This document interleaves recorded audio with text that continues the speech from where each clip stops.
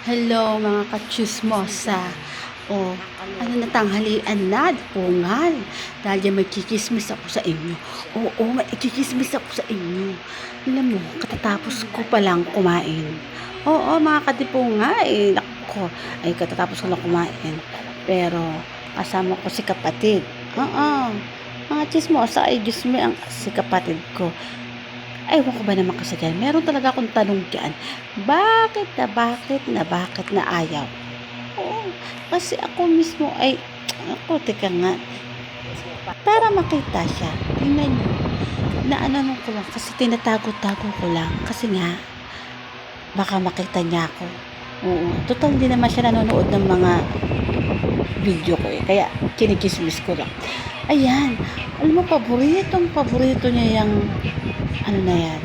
Bismillah, ewan ko ba naman dyan at napaka gusto niya yung sando na yan. Ayaw niya magpalit ng damit. Oo, ayaw niya. Nabili naman siya ng mga sando niya. Kaso, ayan ang pinakagusto niya sa bahay. Basta, nakasarado naman lagi ang bahay pag andito siya.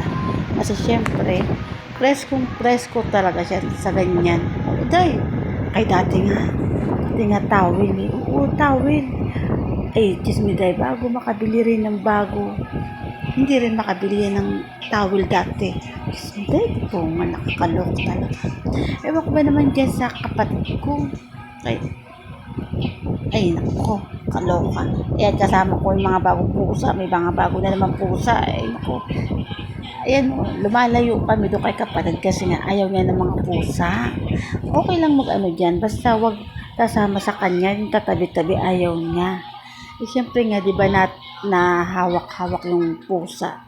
Eh, ganun pa naman yung sando niya. Baka dumaan yung likod niya. Di po nga. So, ayun nga.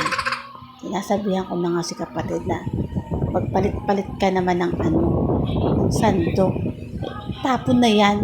Mas pwede nang basurahan, basahan. Ay ayaw niya, nag-aaway talaga kami. Ayaw niya pinupunasan to. Kung naghilamos ka o nag-ano ka, pampupunas mo, ayaw niya yan. Kay love niya yung sando na yan. Pungal, ewan ko ba naman dyan. Eh, ganun siguro talaga yung life. Pag paborito mo talaga ang isang damit, ay talagang hindi niya yan makakalimutan. Dahil dyan siya masaya eh. Wala tayong magagawa. Siyempre, hindi naman niya inaano pag nasa labas eh. Siyempre, dahil siya. Kaya lang, kinikismis ko lang siya.